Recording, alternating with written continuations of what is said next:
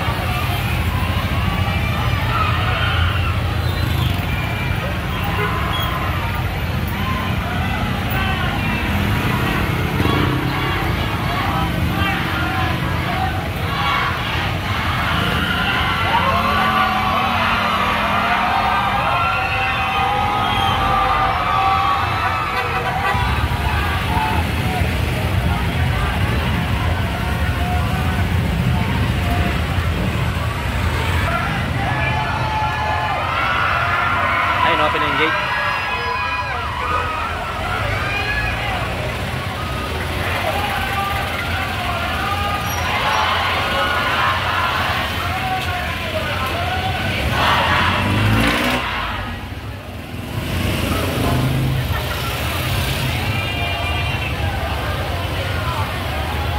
Dahil sa November 30 kay Makata sa Mindoro. Ito tayo sa itong October 31. October 30. November 30 ba ito? Ano yun? Kay Makata sa Mindoro tayo.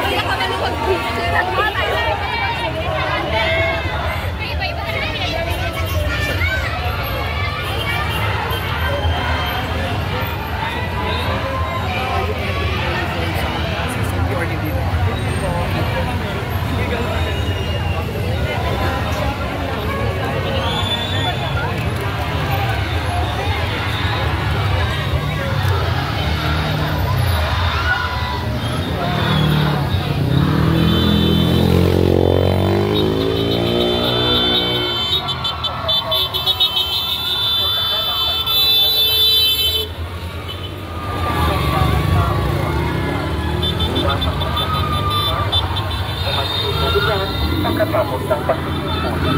Ikalawa, alamin ang seguridad ng personal na gamit.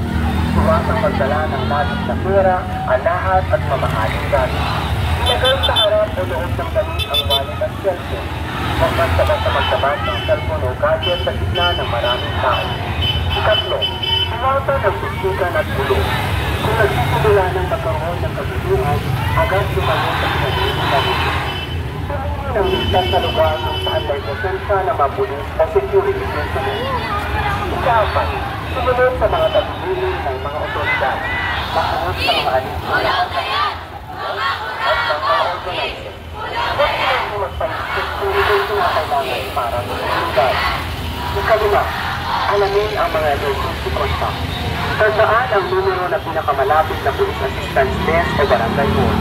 Ito ang emergency hotline ng Mandaluyong CPS.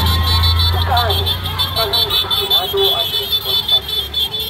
Respeto ang karapatan ng iba habang ipinapahayag ang sariling paniniwala. Iwasan na magpagawa ay maaaring magtulog ng kabulungan o para sa mga paalala nila sa kakainin sinisipilisan. Ang tulad ng buwan ng malayang pagpapahayag ay sinasagawa ng mapayapang, sigurado at ng respeto sa bata. Maraming salamat. Magandang araw sa lahat. Napakasya ang kabistasan ng kausan sa panahon ng radyo at ang pagtitipon. Narito ang ilang paalala mula sa Mandaluyong Police Station sa panahon ng Police Colonel Reynald Papam o Police. Una, maging mapagmasyad at alerto. Obserbahan ang pag-iingat at ingat sa mga pulis kung may kahina-hinalang tao o aktibidad. Iwasang maglakad mag-isa sa maliit o maliit na lugar pagkatapos ng pagtitipon. Ikalawa, siguraduhin ang seguridad ng personal na gamit. Iwasang magdala ng labis na pera, alahas at mamahaling gamit. Ilagay sa harap o loob ng damit ang wallet at cellphone. Huwag basta-basta magdamag ng cellphone o gadget sa gitna ng maraming tao. Ikatlo, iwasan ang susikan at bulong. Kung nagsisimula ng magkaroon ng kabuluhan, agad lumayo sa pinagbubulan nito. Pumili ng listas sa lugar kung saan may presensya ng mga pulis o security personnel. Ika-apat, sumunod sa mga tagubilin ng mga otoridad, masunod sa mga alisyo ng Mandaluyong CPS at ng mga organizer. Huwag silang magpa-instruction kung kinakailangan para sa seguridad.